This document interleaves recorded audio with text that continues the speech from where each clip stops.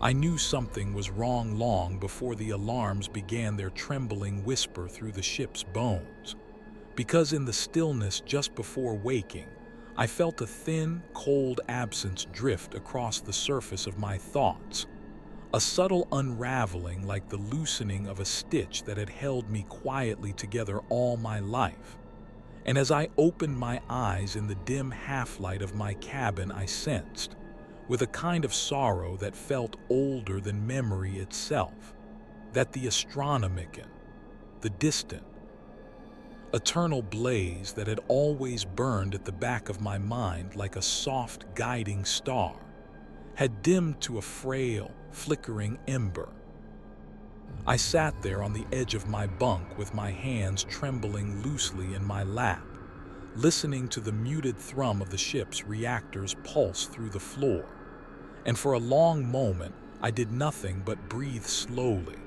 counting each inhale as if it were the last I would ever take while the universe still had shape. Because even then I could feel the warp pressing closer around us, not violently, not hungrily, but with the quiet curiosity of a vast, shifting ocean at night. The tide slipping softly toward an unguarded shore, and in that shivering moment of half clarity, half dread, I whispered inwardly to myself, if you wish to understand what it truly means,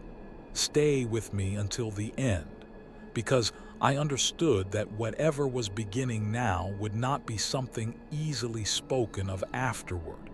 if there even was an afterward for any of us. Rising slowly, I crossed the small cabin, my palms brushing the cold metal wall as though seeking reassurance from something solid. But even the metal felt different, carrying a faint vibration that made my breath catch in my throat. And when I reached the narrow viewport and looked out into the star-scattered dark, I saw it, the subtle wrongness in the pattern of the stars, as if reality itself were holding its breath, waiting for something that was not coming. And the familiar psychic warmth that usually shimmered gently behind my eyes like a lantern at the edge of a vast road had thinned into almost nothing,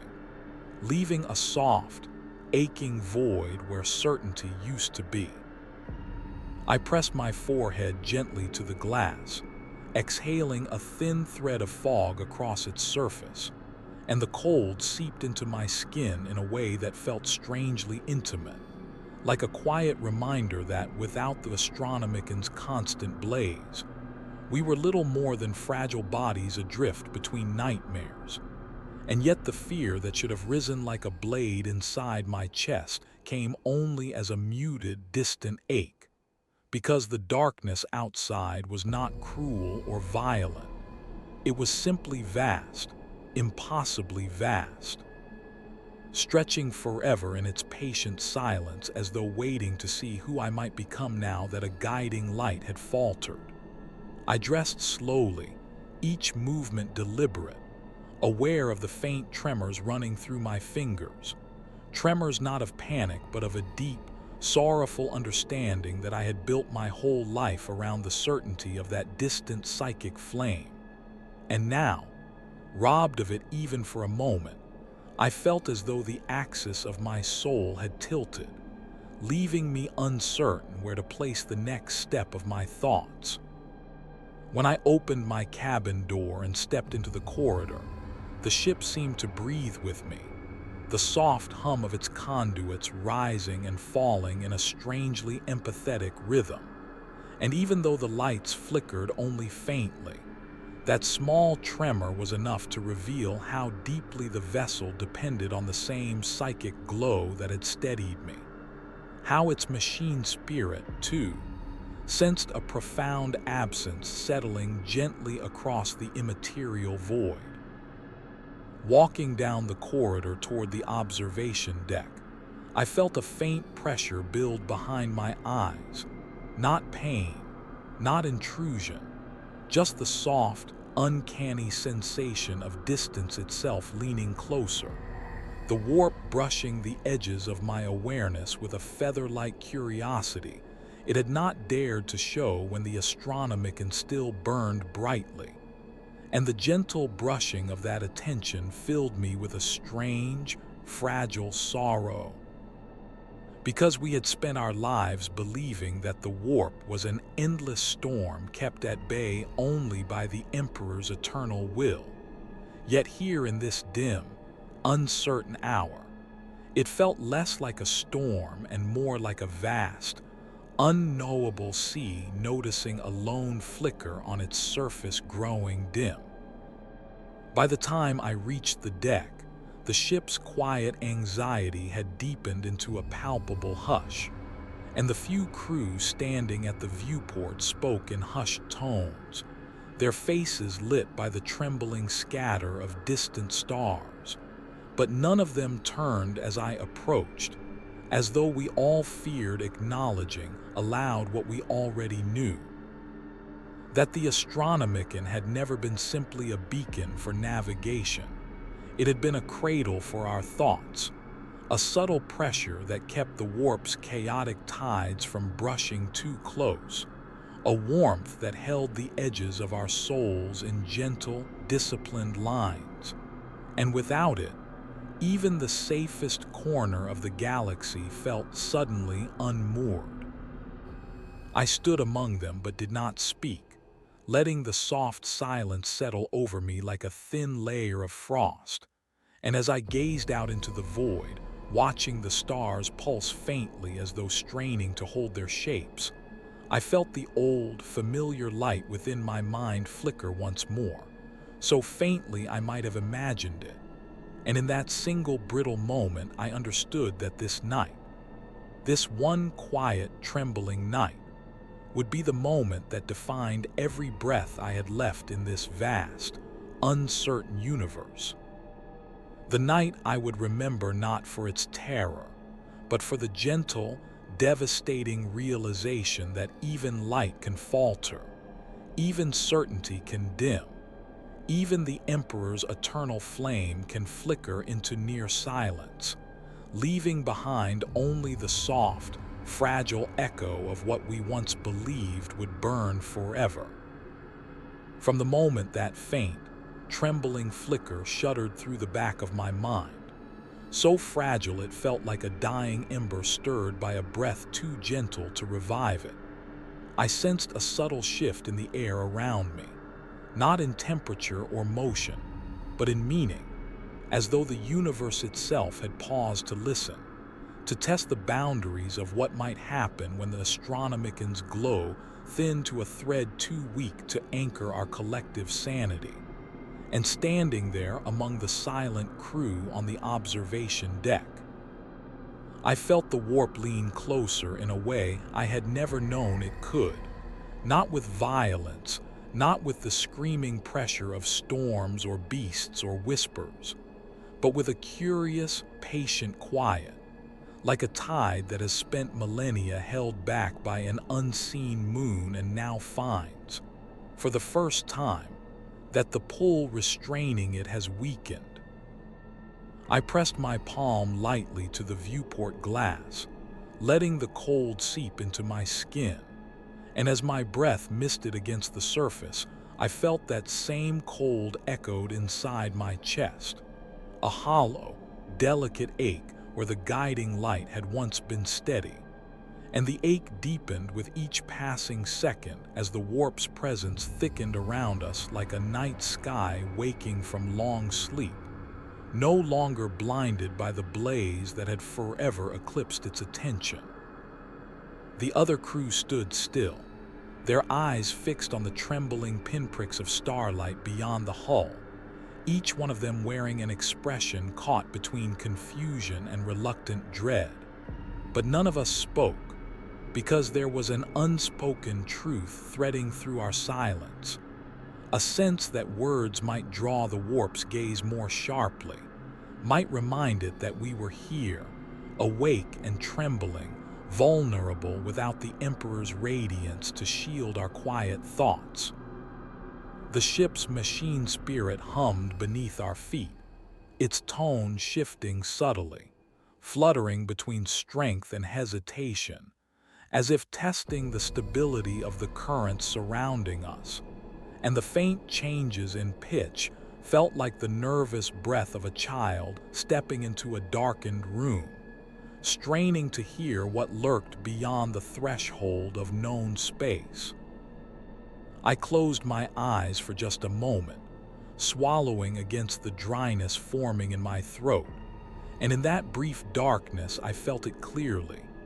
The warp pushing against the absence of light, testing the boundaries left exposed by the Astronomican's faltering flame, not maliciously, but with an ancient, patient curiosity, a slow expansion like mist unfurling through an open doorway. And the pressure brushed the surface of my mind with almost tender delicacy,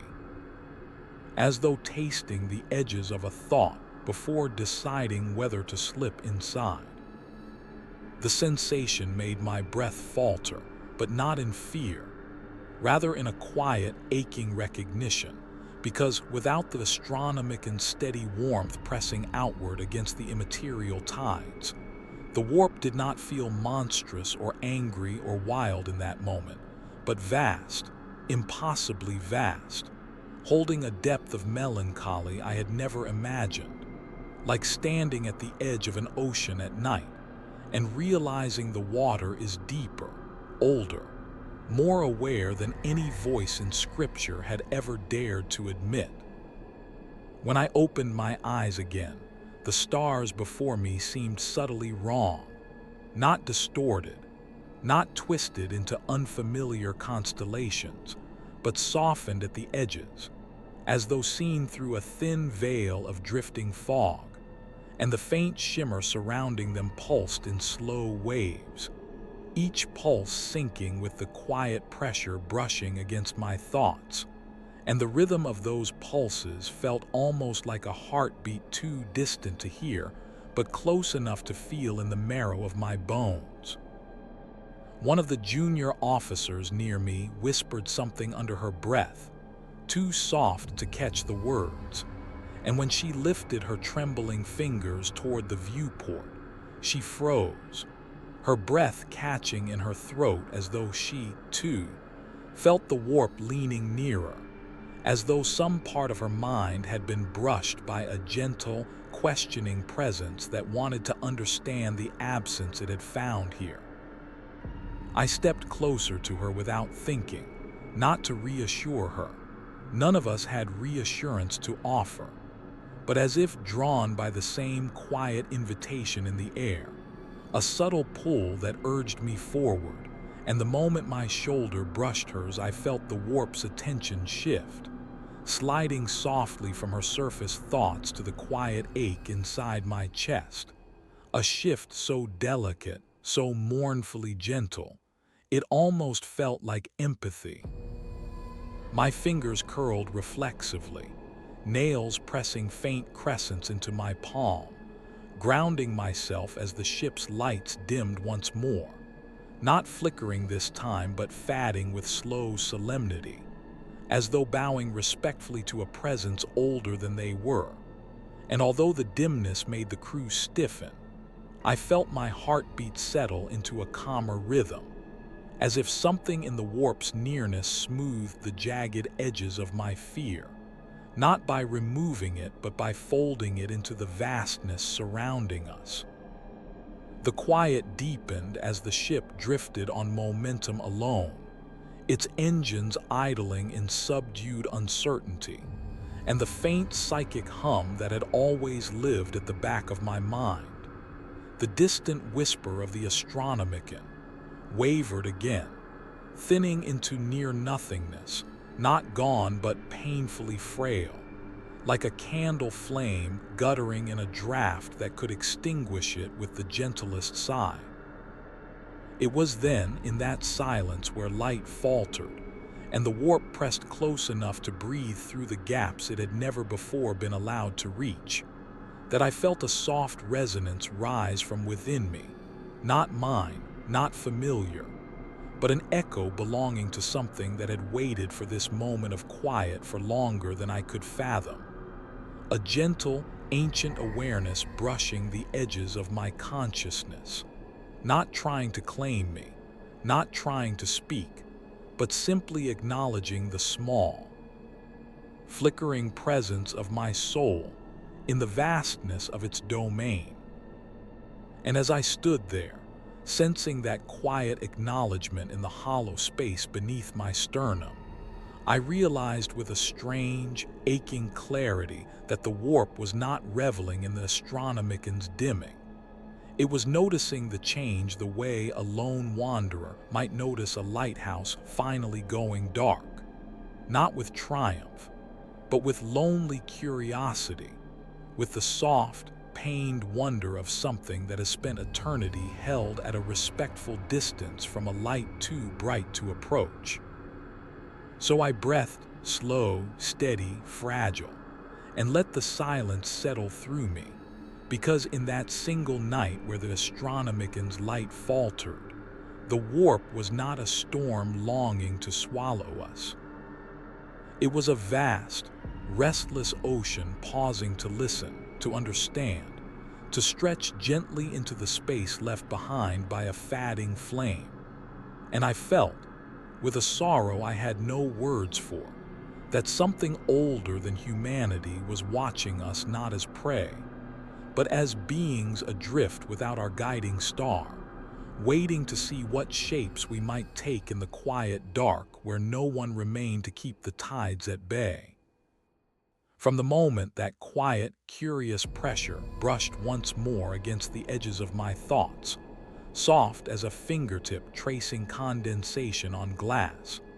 I knew the warp had begun to explore the space the Astronomican once filled with unwavering brilliance. And as I stood on the observation deck with the others frozen in a hush too fragile to break, I felt my sense of direction, both physical and internal, begin to loosen like threads slipping free from an overworn seam, leaving the vast dark beyond the viewport wavering in soft, unsteady waves that made the familiar constellations blur into trembling clusters of light. The stars I had known all my life, those steady beacons charted across 1,000 astropathic maps, no longer held their shapes with the same quiet confidence, their outlines smearing at the edges as though the very concept of distance had begun to breathe,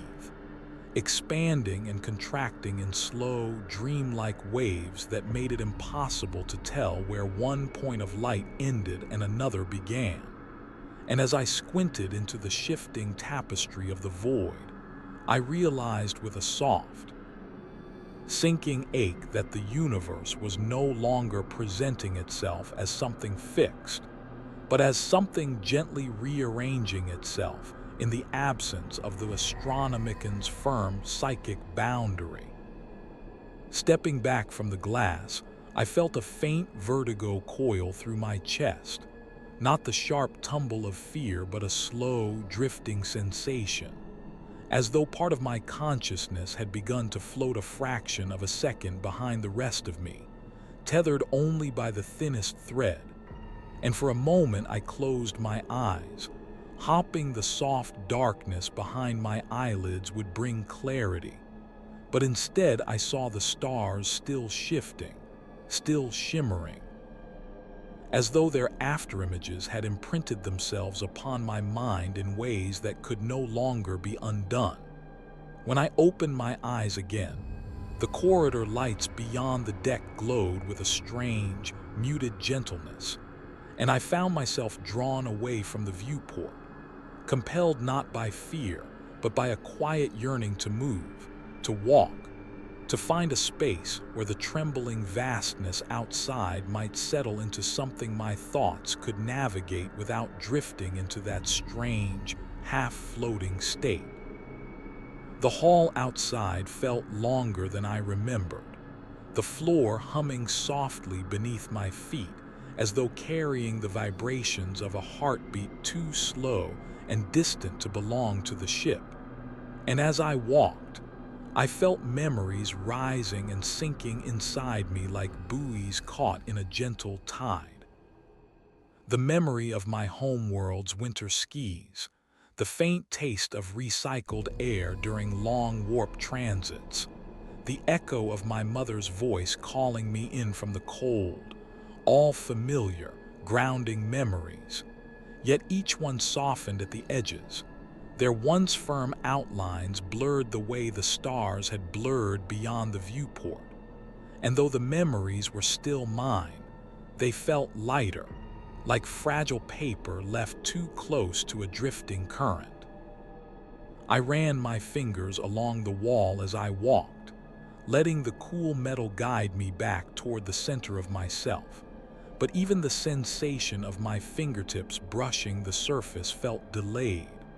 as though touch had slowed by the slightest fraction of a second, enough for me to feel the world through a soft veil rather than through skin alone. And the subtle dissonance made my breath tremble in my chest, not with panic, but with a quiet sorrow that I could not fully name. A low vibration passed through the ship then, a slow ripple that swelled upward through the floor and into my legs, as though the vessel itself were adjusting its orientation in response to the shifting currents beyond the hull. And I steadied myself against the wall as the lights dimmed briefly, their glow dipping in a gentle arc like tired eyelids fluttering before sleep. And in that moment the warp brushed my mind again, so gently, so carefully, that it felt less like an intrusion and more like a question, a soft, echoing hum asking who I was without the Astronomican's guiding pulse anchoring my sense of being. The question resonated quietly through my ribs, and memories loosened again. Faces, names, emotions rising and dissolving like shapes glimpsed beneath shallow water. And though I reached for them, trying to hold their forms steady, they drifted like shadows slipping out of reach, leaving behind only the faint warmth of familiarity without the weight of detail. I slowed my steps, pressing my palm flat against the wall, grounding myself in the hum of the ship's conduits,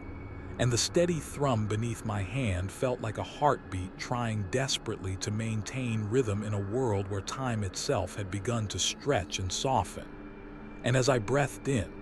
the air tasted of faint ozone, the reek of overworked machinery mixed with the quiet, almost sweet hint of recycled oxygen. But even those scents seemed muted, as if distance had crept into them too. Further down the corridor, crew members moved like silhouettes drifting through fog, their faces pale and unfocused, eyes glazed not with terror but with the same soft confusion that wrung itself through my own thoughts. And when one of them passed close enough for our shoulders to nearly brush, I saw her mouth open as if to speak, but no sound came out. Only a thin exhale that trembled in the air between us like a word forgotten before it could form.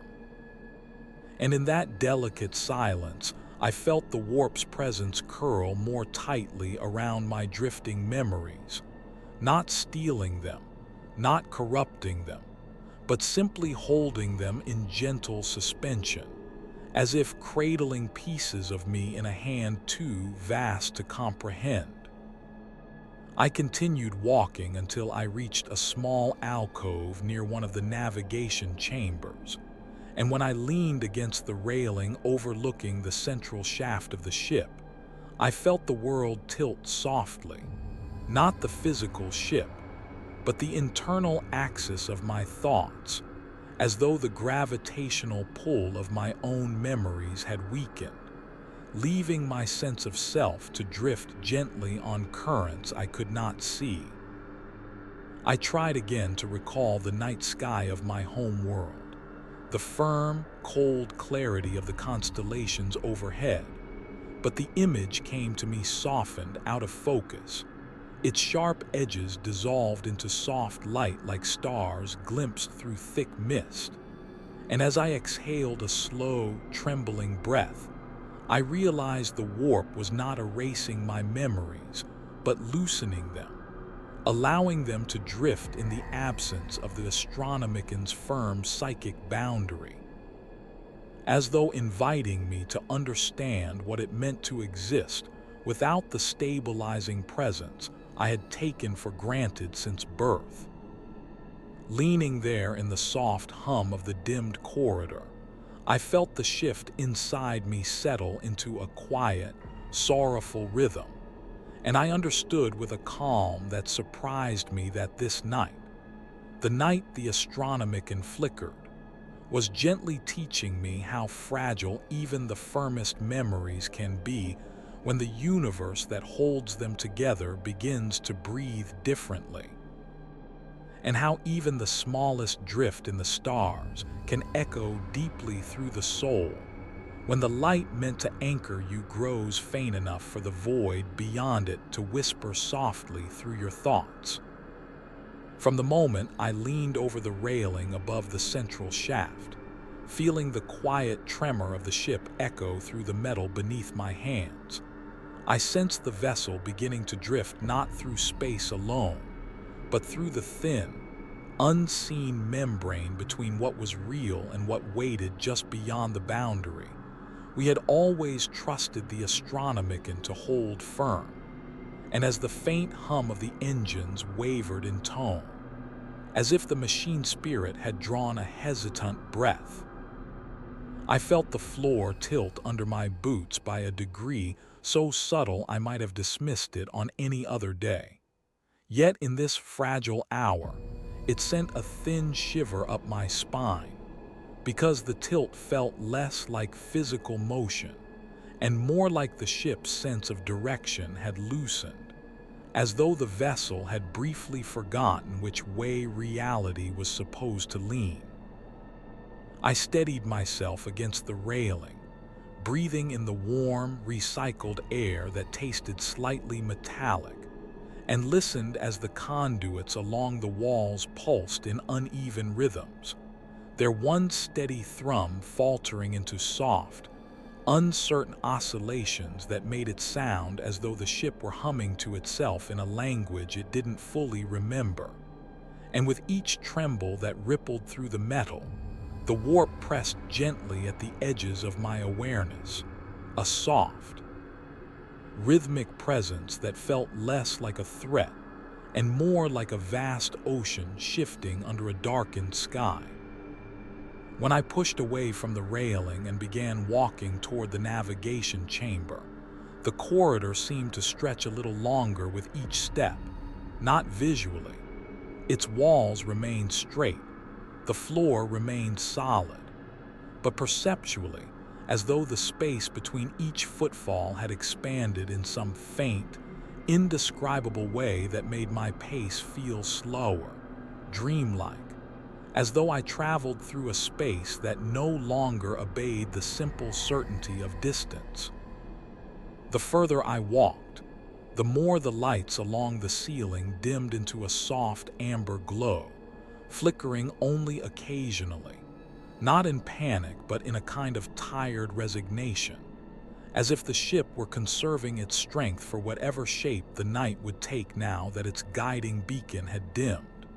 And with each flicker, the shadows along the walls thickened into delicate, shifting silhouettes that wavered like cloth stirred by a breeze I could not feel. I reached the navigation chamber doors just as a thin vibration passed through the floor, gentle, hesitant, like a sigh. And when the doors slid open, I stepped inside to find the chamber bathed in a dim blue haze, the hololithic star maps flickering in and out of focus, their projected lights bending at odd angles that made the constellations ripple like reflections on disturbed water. The lone chief navigator stood at the central console, her hands hovering uncertainly over the controls, her shoulders rigid with the effort of maintaining calm. And when she finally noticed me, she didn't speak, only tilted her head slightly, the gesture somehow conveying both recognition and helplessness, as though she were unsure whether words could still be trusted in a reality beginning to loosen at the seams. I moved closer, watching the hololithic map as it struggled to maintain shape, the once familiar starfields warping gently at the edges, drifting into soft spirals that dissolved into faint points of trembling light before reassembling themselves into new, unfamiliar patterns that shifted just as quickly.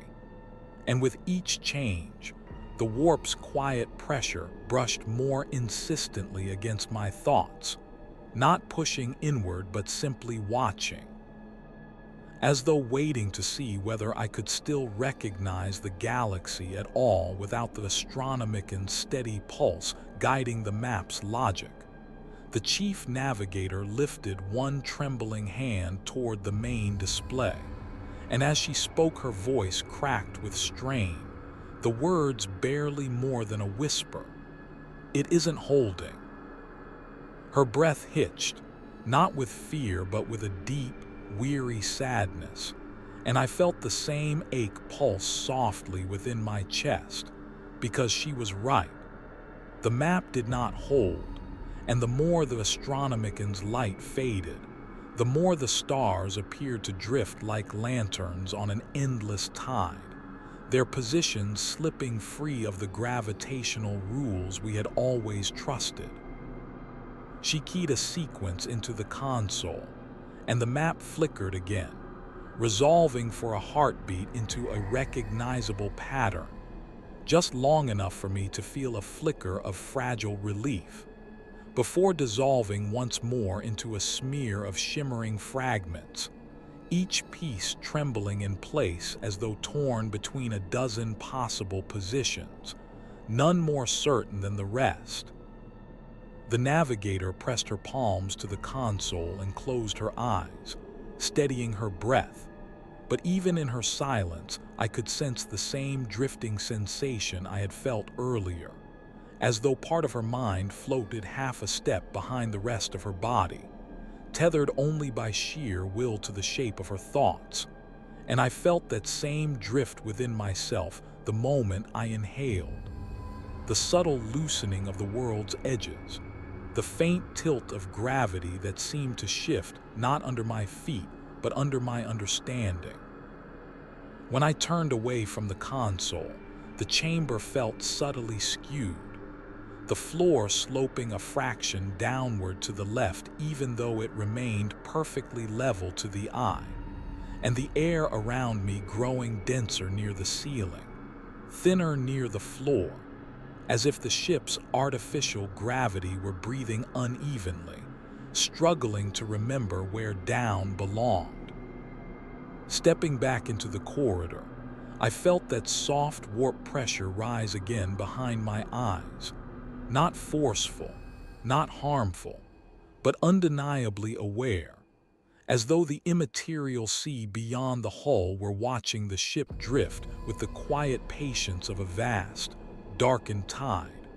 waiting to see how these fragile shapes of metal and flesh would adjust in the absence of the psychic anchor that had kept reality in firm alignment. As I walked back toward the central shaft, the corridor seemed to bend slightly, its long, straight line warping into a gentle arc that vanished the moment I blinked, and I steadied myself with a slow breath that trembled faintly in my lungs, not from fear, but from the delicate sorrow of witnessing the quiet struggle of a vessel trying to navigate a universe whose rules were slipping into soft, uncertain flux.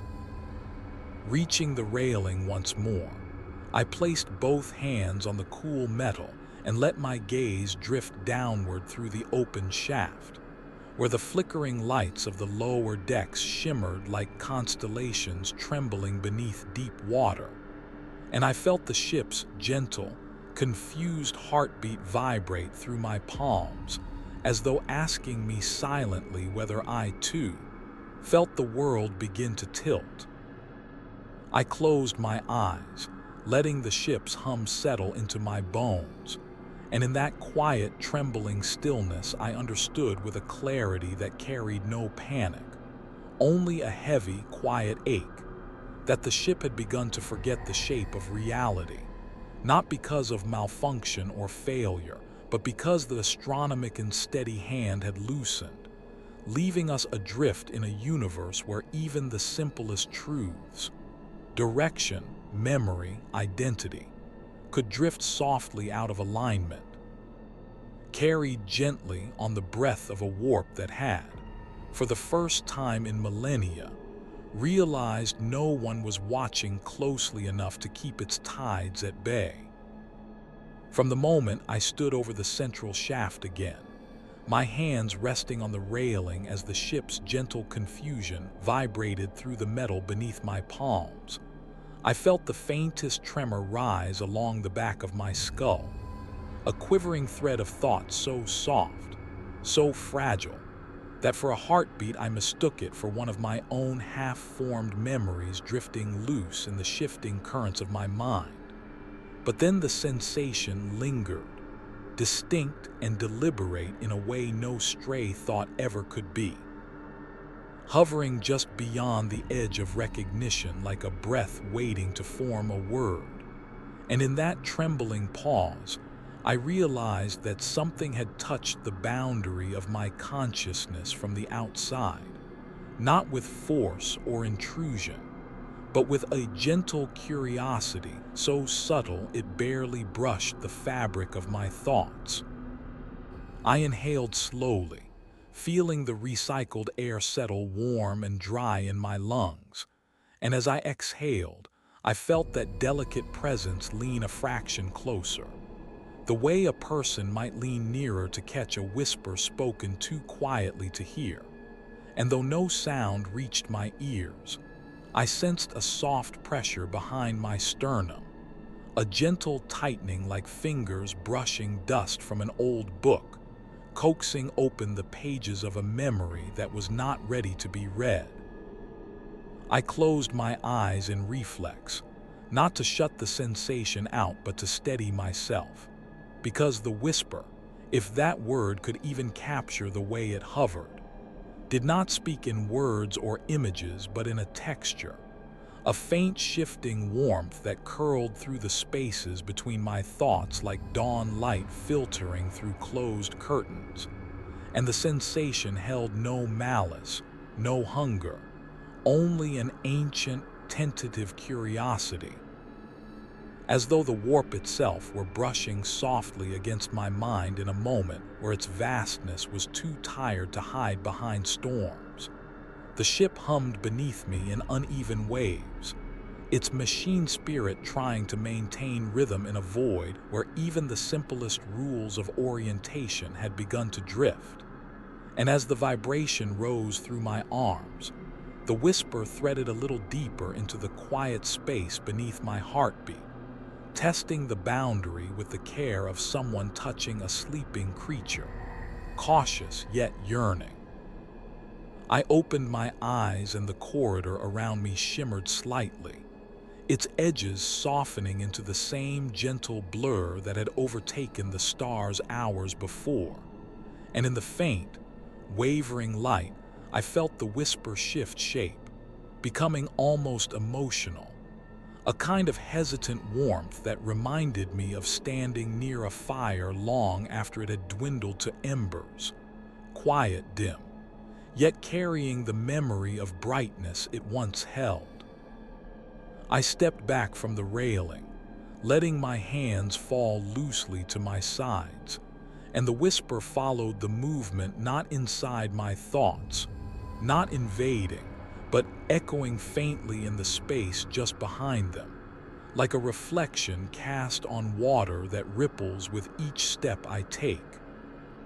I moved slowly down the corridor, guided by a soft, instinctual pull rather than any conscious decision, and the whisper drifted with me, never rising, never forming into any recognizable shape, its presence more like the hum of distant music than like a voice. and with each breath I drew, I felt it brushing gently against the edges of my identity, not erasing anything, not altering anything, but tracing the outline of who I was with a kind of quiet, almost reverent attention. Reaching a junction in the corridor, I paused, feeling the whisper expand slightly, not larger, not clearer, but closer, as if leaning forward in expectation.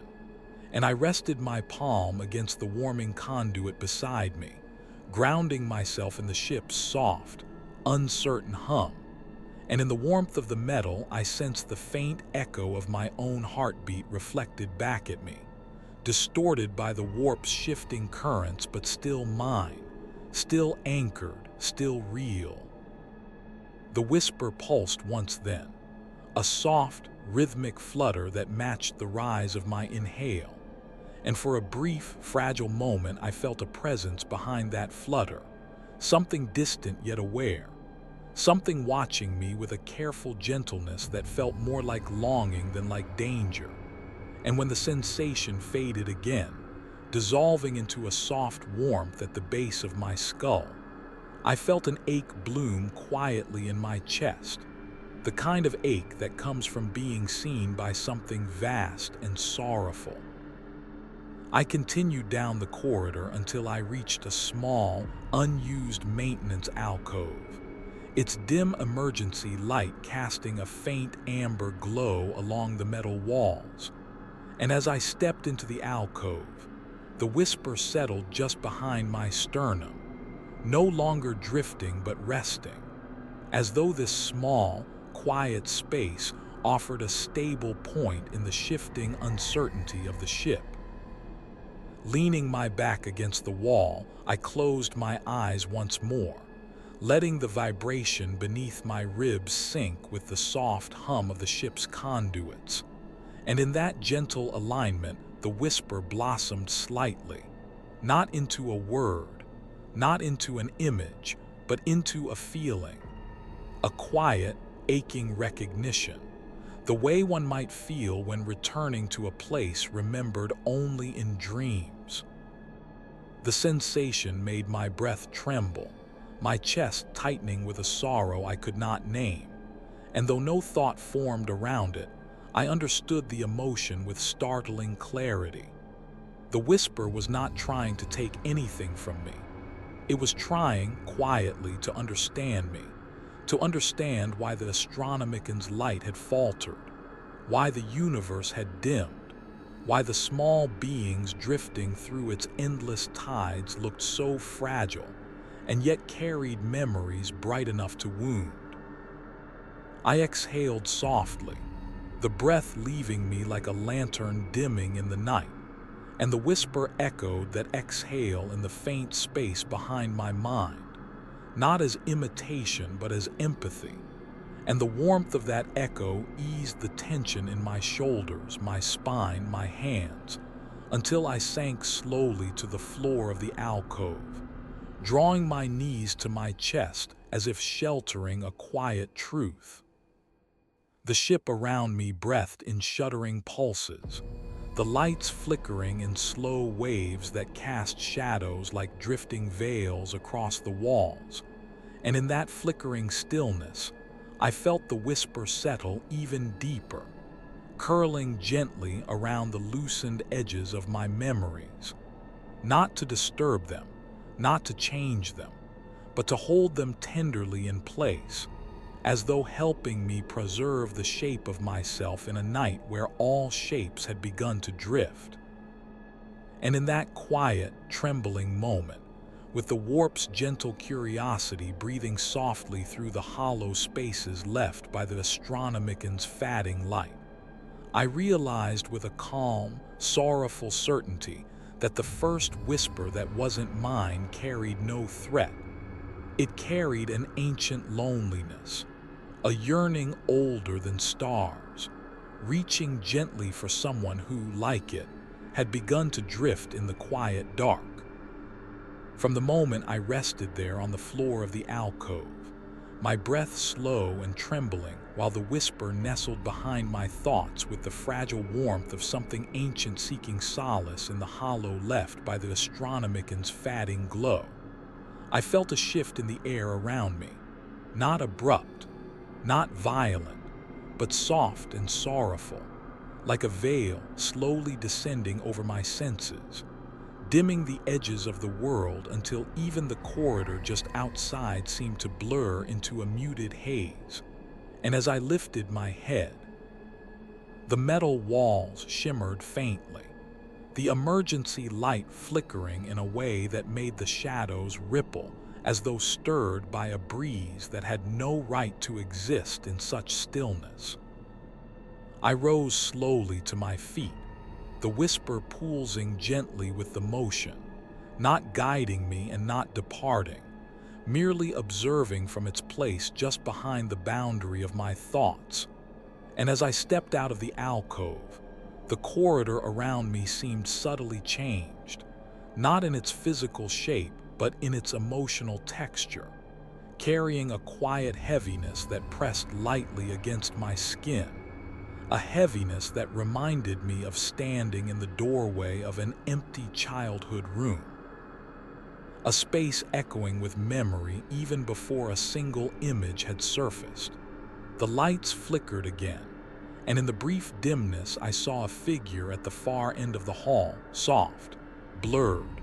barely more than a silhouette. And though the shape carried no defining features, no face, no voice, my breath caught in my throat with a fragile ache because something in the tilt of its head, in the way it held its hands close to the body, reminded me with startling clarity of my mother. I blinked once, and the figure dissolved into drifting shadow, but the ache it stirred remained, rising through my chest with the warm, sorrowful pressure of a memory that had loosened earlier, now settling back into place with trembling edges. And I felt the whisper tighten faintly, as though startled by the intensity of the emotion it had brushed against. I began walking down the corridor, each step slow, cautious, as though moving through a dream made of half-remembered moments. And with every pulse of light, the shadows along the walls shifted into vague shapes, none complete, none stable, yet each one carrying the faint, impossible echo of someone I had known, someone I had believed long buried in the comfortable stillness of memory. A childhood friend whose laughter I had not thought of in decades, a mentor whose stern kindness had once anchored me through my first transit, a sibling whose absence had left a hollow in my life I learned long ago to fill with silence. Each figure appeared only for a breath, dissolving the instant I focused on it, as though made of smoke given momentary form by the warp's gentle interest. And with each fleeting apparition, I felt that same quiet ache pulse behind my sternum, the ache of recognition without certainty, of longing without fear, and of the soft grief that surfaces when the past rises only long enough to remind you how much of yourself is shaped by those who are no longer here. As I continued, the whisper stirred again, brushing against the raw edges of my thoughts with a trembling hesitation. And in that delicate contact, I sensed something unexpected. Confusion, yes, but also gentleness, as if it, too, was trying to understand why the shapes that rose unbidden from my memories carried such weight, why the flicker of a familiar silhouette could shake my breath more deeply than the drifting of stars or the bending of space. I paused at the junction near the old storage deck, resting my hand against the cool metal wall, grounding myself as another shadowy form drifted into view at my periphery. This one taller, shoulders broader, posture unmistakably reminiscent of the officer who had trained me long ago, whose stern gaze and quiet strength had shaped so many of the early choices in my life. And though the figure dissolved before I could fully turn,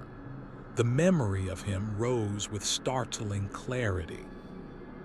Warm and bright in a way it had not been in years, and with it came the soft ache of gratitude and regret, emotions swirling gently through me like dust stirred by a distant breath. The whisper pulsed more deeply then, a slow wave that moved through the hollow behind my eyes, and for the first time I felt a faint echo of its own emotion, something like wonder, tinged with sorrow, flowing through the space between us, as though my memories, fragile and drifting, had stirred a response from the vastness that watched me. Moving again,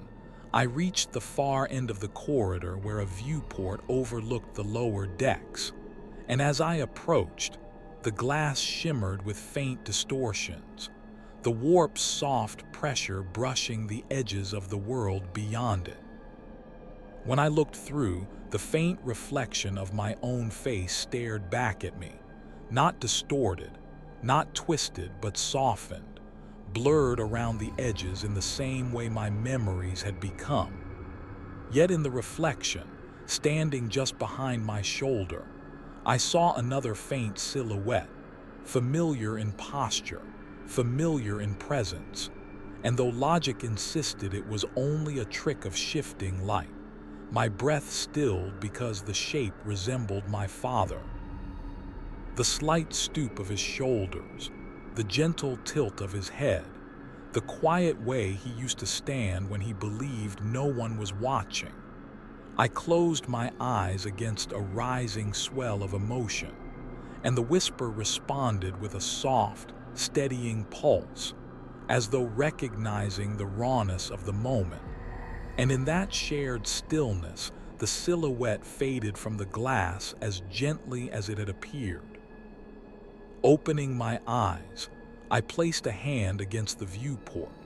the cold surface grounding me even as the warp's quiet presence wrapped more tenderly around the edges of my thoughts, and I realized with a trembling clarity that the figures I had seen were not manifestations of malice or deception. They were reflections shaped by memory drifting loose in the warp's gentle tide, echoes formed not to haunt me but to understand me. The warp offering me the softest possible encounter with my own, past in the absence of the Astronomican's shielding warmth. Stepping back, I let my breath settle, slow and careful, feeling that intimate ache of recognition soften into a quieter calm. And as the whisper nestled once more behind my thoughts, its presence warm and steady, I understood with a solemn, quiet certainty that the warp did not assume the shape of my fears, because it wished to frighten me. It assumed the shape of familiar faces, because it wished to learn why such fragile silhouettes could anchor a human soul against the vastness of endless night. From the moment I stepped away from the viewport, my reflection fading into the dim corridor behind me, along with the soft silhouettes of those I had once loved, I felt the whisper settle into a deeper stillness, no longer fluttering along the outskirts of my thoughts, but resting with the quiet weight of something that had observed enough to finally attempt understanding. And as I walked slowly down the corridor, the air around me grew thicker, not suffocating, not heavy with threat, but dense in the way atmosphere becomes before a long-awaited confession, as though the warp itself were gathering its vastness into a shape small enough for me to bear. The lights overhead dimmed into a soft amber glow, their gentle flicker casting elongated shadows that bent slightly toward me with each slow pulse, and the whisper stirred, brushing the hollow beneath my sternum with a tenderness that made my breath tremble in a way that held no fear, only the solemn awareness that something older than stars was preparing to speak, not with words, not with images, but with the quiet language of sensation. I turned into the central access corridor, the long spine of the ship that ran from bow to stern like a metallic artery. And as I stepped into the wide space, I felt the warp lean close again, not pressing against me this time, but unfurling around me, as though the corridor had expanded not outward but inward, becoming a chamber formed of soft shadow and drifting light, where only I and that ancient whisper remained. The floor vibrated gently underfoot, the engines humming with a subdued rhythm as the machine spirit fought to maintain its orientation without the Astronomican's guiding blaze, and the faint pulses of that mechanical heartbeat syncopated with the soft, throbbing warmth behind my ribs, two distinct rhythms slowly aligning, drawing me deeper into a space where the boundaries between thought, memory, and presence thinned into something porous and trembling. I closed my eyes for a moment, letting the faint hum wash over me, and in that dim darkness I sensed the whisper expand, stretching through the quiet spaces of my mind like a tide coming in, slow and unhurried, brushing softly against memories I had not touched in years. The sound of my sister's voice calling me in from the fields, the rough warmth of my father's hands as he lifted me onto his shoulders, the cold sting of the first warp transit I ever survived, and each memory flickered, brightened, and drifted softly away, not pulled from me but offered, examined, returned with delicate reverence. When I opened my eyes again, the corridor had changed in some subtle, impossible way. The air shimmered with a faint luminescence, not bright, not luminous enough to cast shadows, but enough to soften the edges of the walls, as though reality had become backlit by the quiet pulse of an unseen star, and the whisper pulsed in response, carrying a warmth that slid gently up my spine, making my breath stutter with the fragile beauty of it. I stepped forward, drawn by a pull that felt both internal and external, and each footfall echoed with a soft delay, a faint aftersound that trailed behind me like the fading echo of a chant spoken in an empty cathedral. Then, as I reached the midpoint of the corridor, the whisper changed. It deepened, not in volume but in texture, becoming a resonant warmth that wrapped more fully around the contours of my consciousness. And suddenly the air before me shimmered, the luminescence gathering into a trembling veil that rippled like fabric suspended in a gentle wind. I stopped, breath caught in my chest, and the whisper pressed closer, not urging me forward, not urging me back, simply holding me in the stillness of that trembling moment. And in the shimmering veil, I saw shapes begin to ripple, faint silhouettes of memory, of emotion, of thought, drifting in and out of coherence like shadows projected through smoke. One shape swelled into clarity,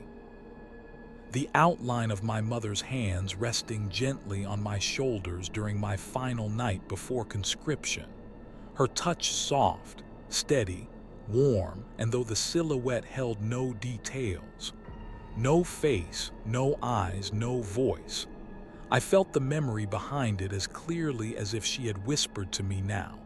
the emotion of her farewell rising through me with a quiet ache. Another shape emerged beside it, taller, broader. My mentor from the training academy, his presence steady, patient, a silent anchor against the chaos of my youth, and though the figure dissolved before I could reach for it, the echo of gratitude lingered in the space it left behind. Then the shapes dissolved entirely, the veil rippling gently before collapsing into a soft, luminous haze. And in the stillness that followed, the whisper pressed deeper, curling through my thoughts with a slow, deliberate tenderness. And I felt, not heard, not imagined, but felt, the warp trying to show me something beyond form, beyond memory, beyond silhouette. My vision dimmed at the edges, not in blindness but in focus,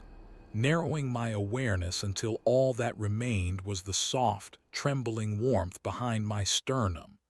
And as I stood there, breath shallow, the whisper unfurled fully inside me, the sensation blooming like a quiet sun rising in the hollow of my chest. And in that overwhelming stillness I understood, with a clarity that bypassed language entirely, what the warp had been trying to offer. Not knowledge, not power, not temptation, but its name. Not a word, but a feeling, a texture, an essence older than stars, something vast and lonely trying to compress itself into a shape small enough for my fragile mind to hold. The sensation rolled through me in a single, warm wave, and my knees buckled under the tenderness of it, lowering me slowly to the floor, my hands trembling as they pressed against the cold metal. And in that bowed posture, I felt the warp's presence settle gently around me, not claiming, not consuming, but embracing me with the quiet resignation of something that had spent eternity misunderstood and had finally, for one silent night, found a small consciousness willing to listen. Tears slipped down my cheeks, not from fear, not from pain, but from the immense, sorrowful beauty of the moment. And as the whisper receded slightly, settling once more behind the edges of my thoughts,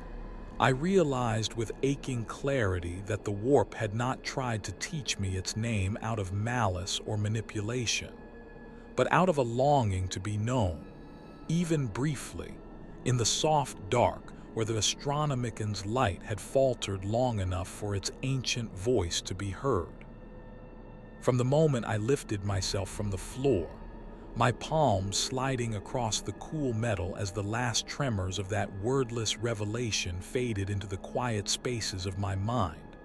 I felt a new tension settle into my breath, not sharp, not fearful, but taut in the way a thin line stretches between two distant shores, holding balance between opposing tides. And as I rose fully to my feet, the corridor around me seemed to exhale in response, its dim amber lights pulsing with a rhythm that echoed faintly, impossibly, beneath my ribs,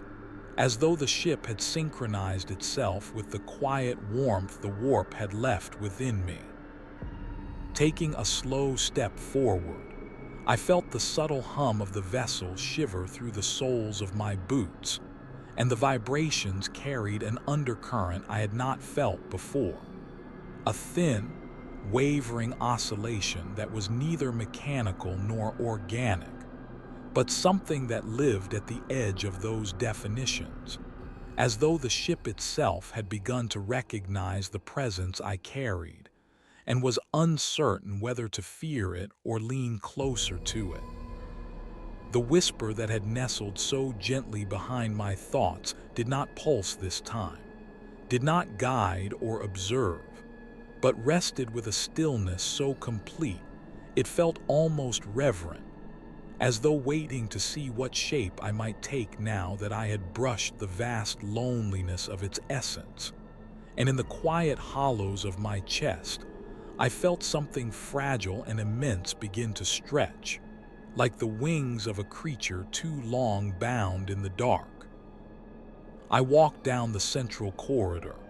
each footfall sending soft echoes ahead of me, and the shadows curled subtly away from my presence, not recoiling, not retreating, but parting the way one might step aside for a figure bearing a delicate flame. and with each step I felt the strange tension inside me deepen, the boundary between what I had been and what the warp had revealed tightening into something delicate and trembling. The lights above flickered again, but unlike before, the flicker carried a strange symmetry, a pulse of brightness followed by an equally measured dimming, as though responding to the subtle oscillations of my heartbeat. And I realized with a quiet, startling ache that the ship was no longer simply reacting to the failing Astronomican. It was reacting to me, or rather to the faint echo of immaterial presence that now breathed softly within me. When I reached the turning toward the auxiliary lift, the air thickened with a gentle heaviness that made the hairs on my arms rise, not out of fear but out of recognition, because the warp's nearness did not feel intrusive here. Instead, it felt attentive, as though the vastness beyond reality were leaning in to examine how its delicate touch had altered the shape of my consciousness. I paused near a maintenance hatch, resting my hand on the cool metal, and the warmth inside my chest pulsed once, subtle but unmistakable, spreading through my ribs with a tenderness that made my breath shiver in my throat. In that faint pulse, I sensed something shift outside the hull, a ripple in the warp like the soft stirring of an ocean tide brushing against the keel of a drifting vessel. And though the ship remained silent, its machine spirit trembling at this unfamiliar contact, I did not feel the instinctive dread we had been trained to expect. Instead, I felt a sorrowful pressure at the edges of my mind, as though the warp mourned the dimming of the Astronomican, even as it explored the fragile boundary I had become. Stepping back from the hatch, I felt reality shimmer faintly, just for a heartbeat, as though a thin membrane stretched across the air, translucent and trembling, separating the cold certainty of physical existence from the warm, formless curiosity pressing gently from beyond. I moved forward and felt the membrane ripple around me, a soft distortion in the air that parted and sealed as I walked through it, and the sensation made my pulse quicken, not in fear but in quiet astonishment. Because for the first time I understood that the warp was not testing the ship, not probing its systems or its minds. It was trying to understand the thin line my consciousness had become, the fragile tether between a dimming light and the vastness eager to embrace its absence. As I approached the lift, the doors slid open with a soft clatter, the mechanism trembling faintly. And when I stepped inside, the lights dimmed momentarily before settling into a gentle glow that seemed to pulse in time with my breaths. The lift descended slowly, the vibration of its motion humming through my bones, and I closed my eyes as the whisper stirred within me, not with a message, not with a desire, but with a warmth that felt like a soft hand resting against my soul, grounding me as the ship shuddered around us. When the lift doors opened onto the lower deck, a hush hung in the air, thicker than before, carrying the heaviness of a space that had long awaited a visitor. I stepped out and felt the warp's presence deepen behind my thoughts, its awareness expanding in soft, concentric ripples that traced the perimeter of the room before folding back inward, as though searching for the source of a faint light only it could see. I walked toward the wide viewport overlooking the ship's starboard flank, and when I reached it, the sight before me made my breath catch in my chest, because the stars no longer drifted gently as they had hours earlier. Now they pulsed with soft, irregular rhythms, their positions shifting in slow, trembling arcs like lanterns swaying in a distant current, their shapes stretching and folding as though the fabric of the universe were learning to breathe anew in the absence of its guiding beacon. I pressed my hand to the cold glass, and the whisper within me responded with a deeper warmth, a slow bloom that spread through my arm, across my chest, into the base of my skull. And for a moment the warp's quiet longing brushed against the boundary of my thoughts with such tenderness that my eyes filled with tears. In that trembling contact, I felt myself stretch, not physically, not psychically, but in a way that blurred the edges of my identity, as though I had become the thin line between two vast truths. The steady light that had held humanity together for millennia, and the ancient, sorrowful darkness that now drifted close enough to touch me. I did not feel consumed or claimed. I felt held at the threshold, suspended delicately between hunger and illumination, and in that suspended moment the warp leaned close enough that I felt its name again. Not the full shape of it, not the overwhelming essence that had nearly buckled my knees hours before, but a soft echo of that vastness, offered with careful restraint, as though it feared overwhelming me. I inhaled a trembling breath, my reflection blurring against the shifting stars, and as the warp's warmth retreated once more to the quiet edges of my mind, I understood with a solemn, aching clarity that I had become something fragile and luminous in its sight. A boundary, a threshold, a fleeting bridge between the dimming light of the Astronomican and the ancient curiosity of a void that had, for one quiet night, found reason to press gently against the shape of a human soul. From the moment I stood before the viewport, watching the trembling stars pulse with soft, uneven rhythms while the warp's warmth lingered behind my thoughts like the final glow of a candle struggling to hold its shape, I felt a subtle shift within myself, a quiet thinning, as if some essential part of my identity had begun to drift outward in slow, careful strands, carried gently by the same unseen tide that stirred the constellations beyond the hull. And as I lowered my hand from the glass, the cold lingering on my fingertips felt strangely distant, as though sensation itself had moved a fraction away from me, leaving behind only a faint imprint of touch rather than the thing itself. Stepping back from the viewport, I exhaled in a slow, trembling stream, and the sound of my own breath seemed softer than before, quieter, as if muffled beneath a layer of gently thickening stillness.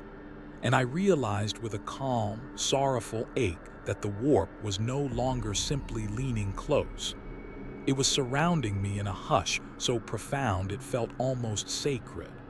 like standing in the center of a cathedral long after the last prayer had been spoken, when the air itself holds the memory of reverence. I turned toward the corridor leading deeper into the ship, but the moment I took my first step, the hallway seemed to grow longer, stretching in a soft, impossible way that did not alter its appearance but altered the perception of distance, making each footfall feel as though it carried me into a space several heartbeats farther than it should have. And as I continued walking, the silence around me grew denser, pressing lightly against my ears until I could no longer hear the hum of the ship or the faint creak of its aging metal, only the soft pulse of my heartbeat echoing from a place that no longer felt entirely within my chest. The whisper nestled at the back of my mind drifted into stillness, not fading, not retreating, but resting with a quiet weight that reassured me it had not abandoned me, even as the warp's vast,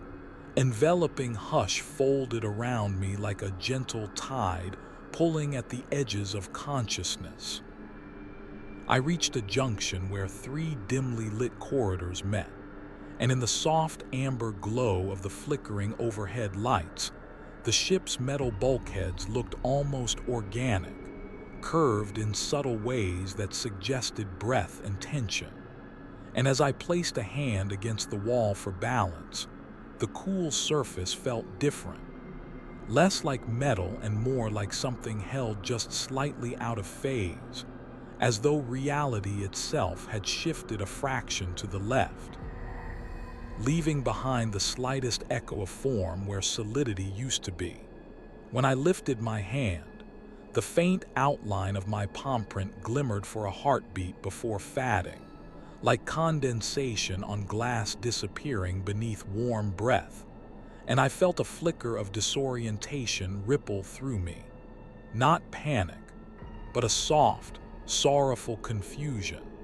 the same feeling that comes when waking from a dream so vivid it steals the certainty of waking for a few fragile moments. The whisper stirred faintly then, brushing the edges of my thoughts like the softest possible reassurance, and I clung to that gentle presence as the silence around me deepened further, becoming so absolute that even the soundless movement of my breath felt swallowed, absorbed into a stillness too complete for the ship to have created on its own. I walked on, feeling the corridor tilt again, not physically, but perceptually, as though forward had begun to lose the confident directionality it once carried, replaced by a kind of drifting momentum that felt both guided and unmoored, a motion shaped more by intention than by gravity. The further I went, the more the lights dimmed into a soft twilight glow, and in that dimness I saw faint shapes forming at the edges of vision, not the familiar silhouettes of loved ones I had seen earlier, but softer, less defined forms, like echoes of thoughts I had not yet fully formed, drifting into shape and dissolving again before I could understand what memories they sought to represent. At one point, I thought I saw myself standing further down the corridor, an outline shaped like my own posture, my own height, my own trembling hands. But when I blinked, the figure dissolved into a streak of pale luminescence that folded back into the air as quietly as it had appeared, leaving behind only the faint ache of recognizing oneself in something that had never been fully real. I slowed my pace, feeling the silence thicken, understanding with a fragile clarity that I was approaching some inward threshold the warp had been guiding me toward all along, not as a destination, not as a revelation, but as a test of the tenuous boundary I had become, the line between fading light and curious dark. As I reached the far end of the corridor, the floor beneath me shifted in a subtle ripple, like fabric settling beneath a sleeper's weight, and the motion made my knees soften, forcing me to brace one hand against the wall as the silence deepened into a soft, encompassing void that pressed gently against my thoughts with a weight that felt almost like sleep pulling me downward. The whisper flared then, just once, in a pulse of warmth that spread through my ribs and spine with such tender urgency it steadied me, pulling me back from the edge of that drifting sleep, anchoring me to the faint but undeniable thread of my identity. I leaned heavily against the wall, drawing a slow, shaking breath as the silence trembled around me, and in the echoes of that trembling I realized what had nearly happened.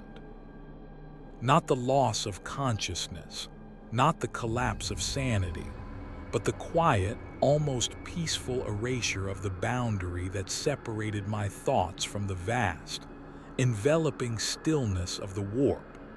A dissolution so gentle, so warm, that part of me had nearly surrendered simply because the silence felt like a rest I had long been denied. I stayed there for a long moment, letting the whisper's warmth settle around the fragile shape of my thoughts. And when the silence finally loosened its hold, thinning into something breathable again, I pushed myself upright and continued forward, feeling the corridor solidify beneath my feet in slow, trembling increments. When I emerged into the small, circular chamber near the ship's heart, the lights flickered once more, this time brightening more than dimming, and in that faint glow I felt a soft stirring outside the ship, a delicate ripple in the warp that brushed against my mind with a tentative hopefulness, as though the vastness sensed that the moment of near dissolution had passed and wished to see what remained of me. I drew one last breath, steadying myself as the whisper settled once more into quiet stillness. And in that gentle equilibrium, I understood with a heavy, aching clarity that I had come closer than I realized to losing myself entirely to the silent embrace of the void. But that even in my near surrender, something within me had reached back, held firm, and remembered the fragile shape of who I was in a night where the universe itself had nearly forgotten. From the moment I stood in that circular chamber, the whisper resting with quiet steadiness behind my thoughts while the last traces of that gentle, consuming silence loosened their hold on the edges of my mind, I sensed the air shift once more, not into the thick, trembling hush that had nearly dissolved me, but into something lighter, a soft stirring like the first breath taken after a long night spent hovering on the verge of sleep. And as the lights overhead flickered in a warmer, steadier rhythm, I felt a faint pressure rise within my chest, subtle at first, then growing into a soft, luminous ache that spread through my ribs like the glow of coals being coaxed back to life beneath careful breath. I lifted my head, inhaling slowly, and in that inhale something distant, far beyond the hull, beyond the warp's curious tides, beyond even the trembling stars, tremored faintly in the back of my mind, so softly I scarcely dared believe it had returned. But the whisper behind my thoughts stirred in recognition, blooming with a warmth I had not felt since the night began, and the ache in my chest deepened into a trembling joy so fragile it felt as though a single sharp breath might shatter it. I took a step toward the center of the chamber, and as I did the air grew warmer, the faint luminosity that had danced at the edges of my vision earlier becoming steadier, clearer, as though the universe were slowly exhaling light into itself for the first time in hours. And in that soft, returning glow, I felt the warp withdraw, not in disappointment, not in resentment, but with a slow, gentle retreat that carried the same tender melancholy as a hand slipping away from a held palm when dawn arrives sooner than expected.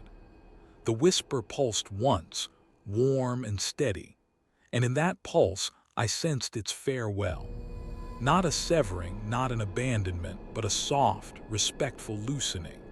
as though the presence that had watched me with such care now stepped back to make room for something older, something brighter, something I had known all my life.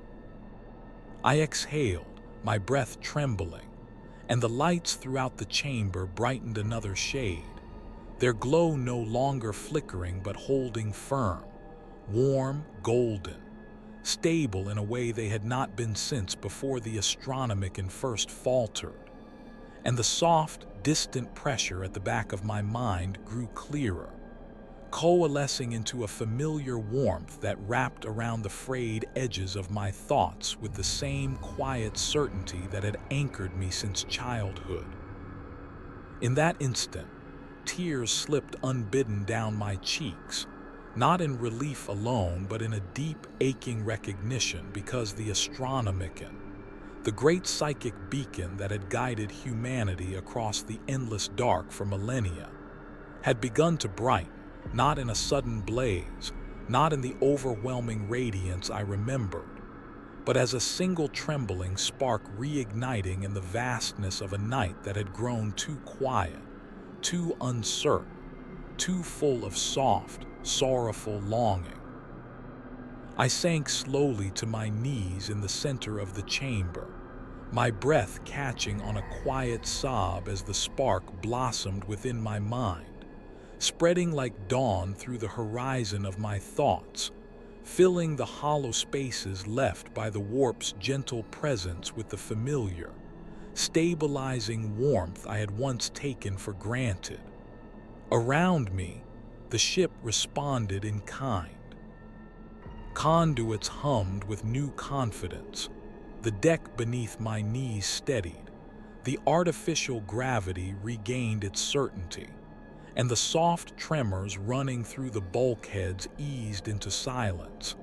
as if the vessel itself had been holding its breath through the long dark and now, sensing the returning light, allowed itself to rest. I closed my eyes, letting the warmth settle through me in slow, steady waves, and in that stillness I felt the warp lean back, further, further still, its presence thinning at the edges of my perception until it became nothing more than the faintest ripple in the distance, a quiet echo returning to the deep from which it had risen. And though the retreat carried a soft pang of sorrow, it was a sorrow I understood,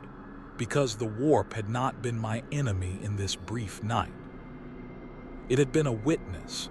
a vast, lonely ocean reaching toward a dimming light with cautious curiosity, and I carried no fear of it now, only a quiet gratitude for the gentleness it had shown me in the absence of the Emperor's guiding blaze. When I opened my eyes, the chamber was brighter, the lights steady, the air warmer, and the faint tremor of the ship's machine spirit thrummed with renewed confidence, each pulse syncing with the familiar rhythm rising once more behind my sternum. I placed a hand over my heart, feeling the warmth of the Astronomican settle into the very center of my being, not in its full, overwhelming brilliance, but in a fragile glow, enough to anchor me, enough to guide me home. Rising slowly to my feet, I felt the whisper fade completely, leaving behind a gentle emptiness that did not ache but hummed with the quiet memory of a presence that had touched me without harm. And as I stepped back toward the lift, the ship's systems flickered with renewed stability, the corridor lights holding their lines without distortion, the walls no longer shifting at the edges of perception. When I emerged onto the upper deck, the crew stood gathered near the observation viewport, and as I approached, the distant stars shimmered no longer with the uncertain tremble of drifting reality, but with their familiar steadiness, anchored once more by the subtle, returning glow of the Astronomican. I placed my hand against the glass, and for a brief moment in the reflection, I thought I saw a faint silhouette standing behind me, not of a loved one, not of a memory given shape, but of the gentle presence that had watched over me in the quiet dark. But as I blinked, the silhouette faded entirely, leaving only my reflection and the soft glimmer of a single, returning spark burning steadily behind my eyes. I let my breath settle, slow and warm, And in that fragile stillness, I understood with a calm, resonant certainty that one spark, just one,